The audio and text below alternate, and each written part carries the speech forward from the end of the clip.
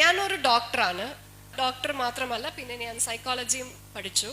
അതിൻ്റെ അടിസ്ഥാനത്തിലാണ് ഒരുപാട് നമ്മുടെ ഹ്യൂമൻ മൈൻഡിനെ കുറിച്ച് ഞാൻ പഠനങ്ങളൊക്കെ നടത്തി.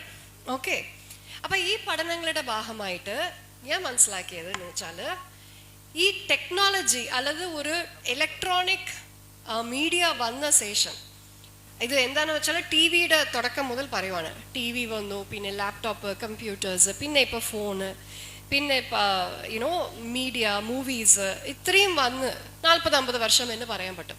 പ്രത്യേകിച്ച് ലോകമെമ്പാട് നോക്കിയാൽ അതിന് മുൻപ് തന്നെ വന്നു. അപ്പോൾ പഠനങ്ങൾ പറയുന്നത് എന്താണെന്ന് വെച്ചാൽ, ഈ ഡിജിറ്റൽ എക്സ്പോഷർ കൂടുന്ന മുറയ്ക്ക് ഓക്കെ നമ്മുടെ മനുഷ്യൻ്റെ ജനറലി ഹ്യൂമൻ പോപ്പുലേഷൻ്റെ ഗ്ലോബൽ ഇൻ്റലിജൻസ് കുറഞ്ഞുകൊണ്ടേ വരുവാനെന്നാണ് പറയുന്നത്. IQ is on the decline. മാത്രമല്ല, പല രീതിയിലുള്ള കോഗ്നിറ്റീവ് എബിലിറ്റീസ്, അറ്റൻഷൻ സ്പാനെ കുറിച്ച് നമ്മൾ സംസാരിച്ചു, തിങ്കിങ് കപ്പാസിറ്റിനെ കുറിച്ച് സംസാരിച്ചു. അതുപോലെ പല രീതിയിലുമുള്ള നമ്മുടെ കോഗ്നിറ്റീവ് എബിലിറ്റി കുറഞ്ഞുകൊണ്ടേ വരുവാണ്.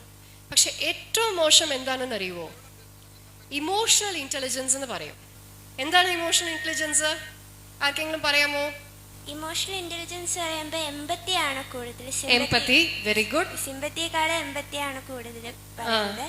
പിന്നെ മറ്റുള്ളവരുടെ ഇമോഷൻസ് നമുക്ക് മനസ്സിലാകണം. യെസ്, ഇമോഷണൽ ഇൻ്റലിജൻസ് എന്ന് പറയുന്നത് ഒരു ഇങ്ങനെ നമ്മുടെ വികാരങ്ങളെയും മറ്റവരുടെ വികാരങ്ങളെയും മനസ്സിലാക്കി അതനുസരിച്ച് നമ്മുടെ സ്വഭാവത്തിനെയും തീരുമാനങ്ങളെയും വാക്കുകളെയും നമ്മൾ എങ്ങനെ തിരഞ്ഞെടുക്കുന്നു, അതാണ് ഇമോഷണൽ ഇൻ്റലിജൻസ് എന്ന് പറയുന്നത്. മാത്രമല്ല, കുട്ടി പറഞ്ഞതുപോലെ എമ്പത്തി, അതായത് ഒരാൾ കരയുമ്പോൾ പെട്ടെന്ന് നമ്മുടെ കണ്ണിലും നീര് വരുന്നുണ്ടല്ലേ, അതാണ് എമ്പത്തി, റൈറ്റ്? ഒരാൾ വേദനയിൽ സഫർ ചെയ്യുമ്പോൾ നമ്മളും പെട്ടെന്ന് അയ്യോ ആ പുള്ളി സഫർ ചെയ്യുന്നുണ്ടല്ലേ, എന്നെ സഹായിക്കാൻ പോകാൻ ഒരു മനസ്സ് വരുന്നുണ്ടല്ലേ, അതാണ് എമ്പത്തി. ഓക്കെ, അപ്പൊ ഇത്തരം കാര്യങ്ങൾ കുറഞ്ഞുകൊണ്ടേ വരുവാണ്. ഇമോഷണൽ ഇൻ്റലിജൻസ് കുറഞ്ഞുകൊണ്ടേ വരുവാണ്. ഒരു സമൂഹത്തിൽ ഇമോഷണൽ ഇൻ്റലിജൻസ് കുറയുമ്പോഴാണ് ആ സമൂഹം എന്താ പറയാ, ശരിക്കും ആ സമൂഹത്തിലെ പ്രശ്നങ്ങൾ വരാൻ തുടങ്ങുന്നത് ഈ emotional intelligence കുറയുമ്പോഴാണ്.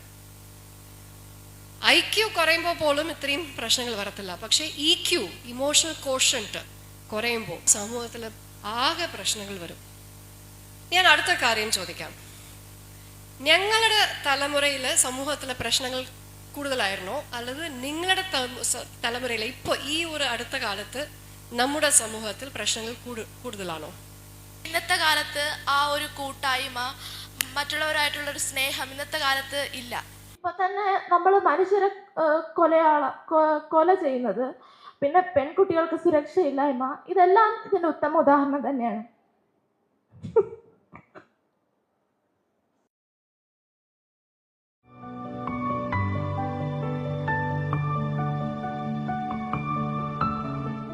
That is emotional intelligence.